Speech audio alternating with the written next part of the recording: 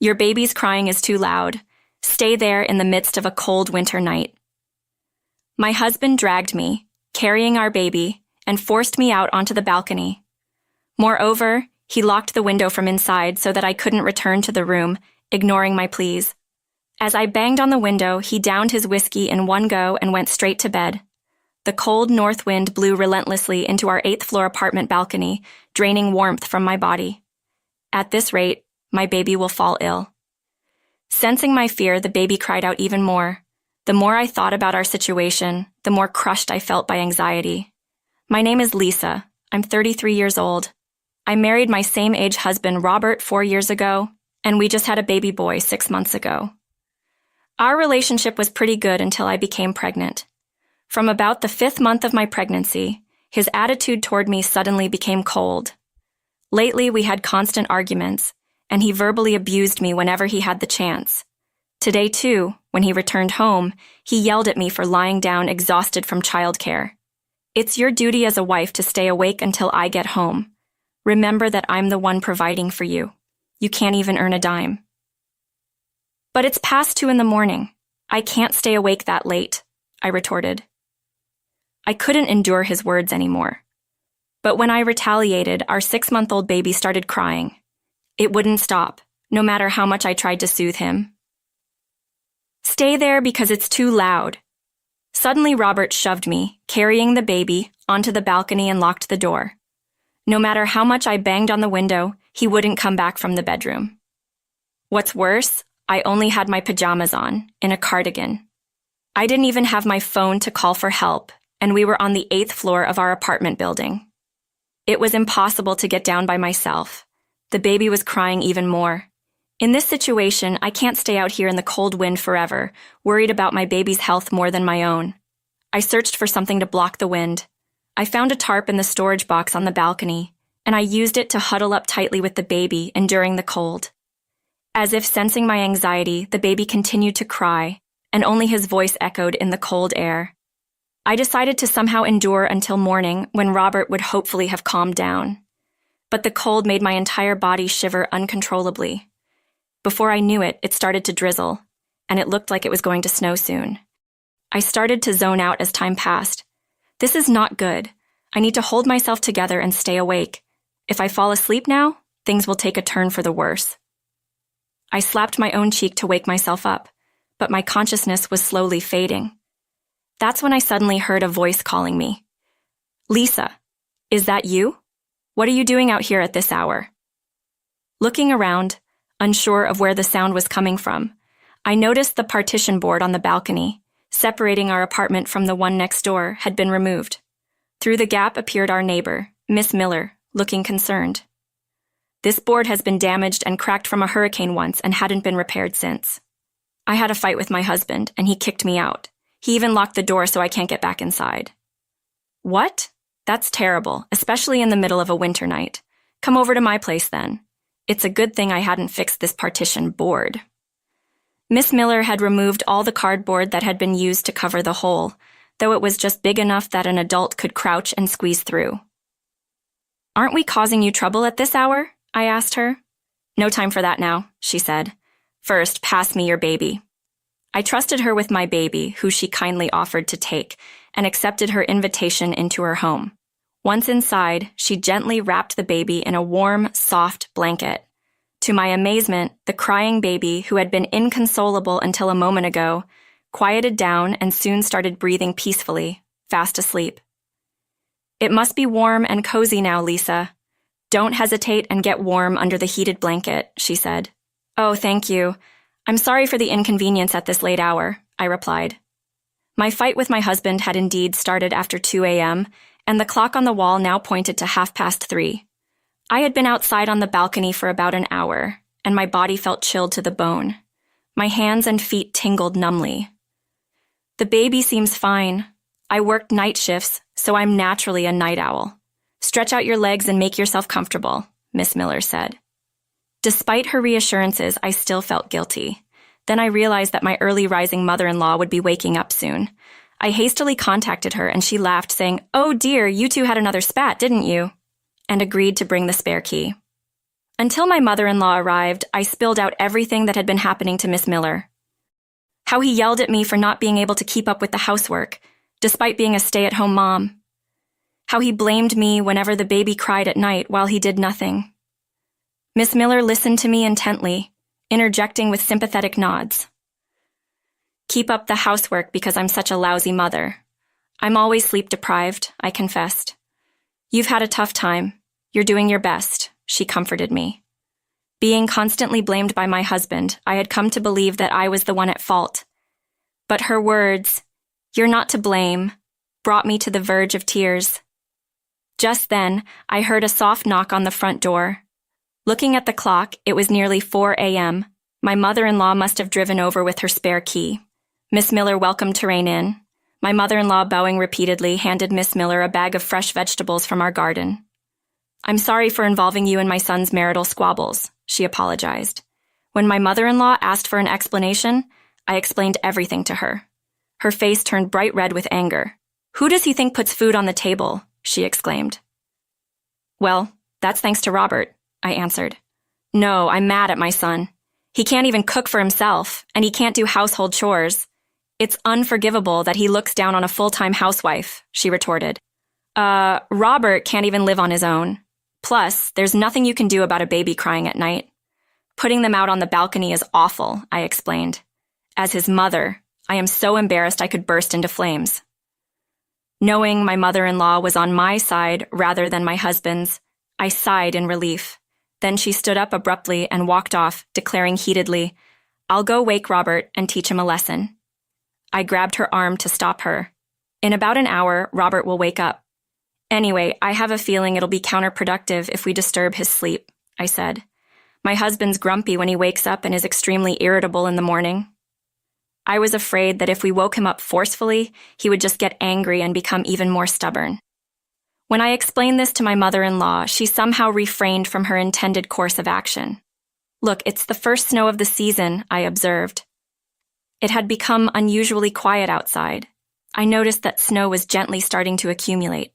Just the thought of what might have happened if the baby and I had remained on the balcony sent shivers down my spine. Soon it was time for Robert to wake up. I left the baby with Miss Miller, and my mother-in-law and I entered our house using the spare key. However, Robert, who would usually be up brushing his teeth by now, was nowhere to be found in the bathroom. "Is he still sleeping? Robert, get up already, huh?" My mother-in-law called out. She opened the bedroom door with a loud bang and yanked back the comforter with all her might, but Robert wasn't there either. We looked everywhere, the bathroom, the bedroom, and the living area, but he was nowhere to be found. Despite this, his suit and shoes were still here, so it's hard to believe that he had already gone to work. Where could he have gone? "This is strange, isn't it?" my mother-in-law remarked. "Ah!" My mother-in-law, who had casually opened the curtain leading to the balcony, screamed. When I rushed over, she was pointing at the blue tarp I had been using on the balcony, her mouth opening and closing. Shot underneath it, I could see a glimpse of someone's foot. What could it be? I nervously lifted the blue tarp. There was Robert, collapsed in nothing but his underwear. "What? Why is he on the balcony?" I exclaimed. "Could it be?" my mother-in-law said. She had come into this room once before going to the neighbors. At that time, she noticed that the balcony window was open, so she closed it and locked it. But I don't think Robert was here at that time. "I wonder why," my mother-in-law called out. "Come on, wake up." To Robert several times, but it seemed like he had lost consciousness. To prevent his body from getting cold, we covered him with a blanket and decided to wait for the arrival of an ambulance. "I need to call his workplace and tell them that he'll be taking a day off," I said.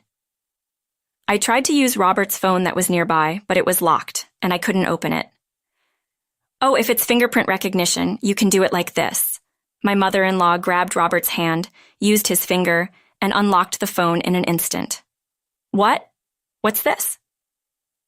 The screen of his phone was left open on iMessage, and there was a lovey-dovey exchange with his affair partner. Upon closer inspection, the recipient of the message was my friend Serena. Tracing back their convo, it turns out the relationship began 6 months ago, just around the same time I was entering my second trimester of pregnancy, and my husband's attitude started to grow cold. Not only that, but there were heaps of intimate photos stored in his photo gallery, I said. I see, so that's what was going on. I can't believe they're still seeing each other. Feelings of outrage began to boil within me. And to think that the woman he's cheating on me with was my own friend. My goodness, what is this girl thinking? Let's teach her a lesson she won't forget. With that, my mother-in-law smirked and shared a secret strategy. My husband, who had been rushed to the hospital by ambulance, regained consciousness after various tests and treatments. Still, he was kept in the hospital for a few days just in case. Where am I? As he woke up and looked around in confusion. I explained to him why he was here, and he suddenly became furious. I was worried that he had fallen off the balcony when I saw you were gone. I slipped and hit my head while trying to check below the balcony.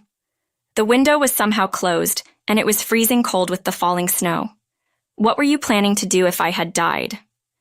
Considering my husband's habit of sleeping in his underwear after drinking, the main fact that he stepped out onto the balcony naked was utterly foolish.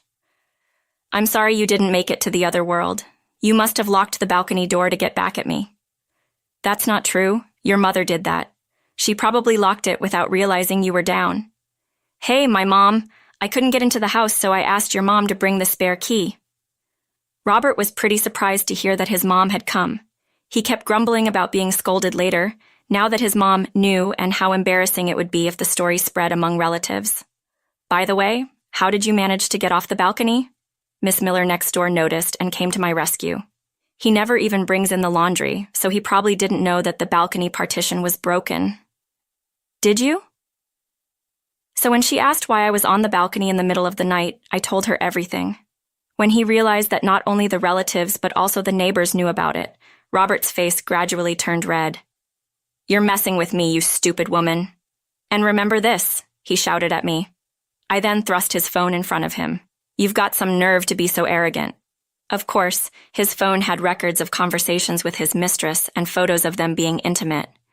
Robert's face, which was gassed for a moment, gradually turned pale. This is bad. It's unacceptable that you had an affair, let alone with my friend. You're a terrible woman for snooping on someone else's phone. When I was looking up the phone number to contact your company, your iMessage was left open. The company is taking a day off today, so it's only right to let them know. After saying that, I explained everything about why he would be taking a day off.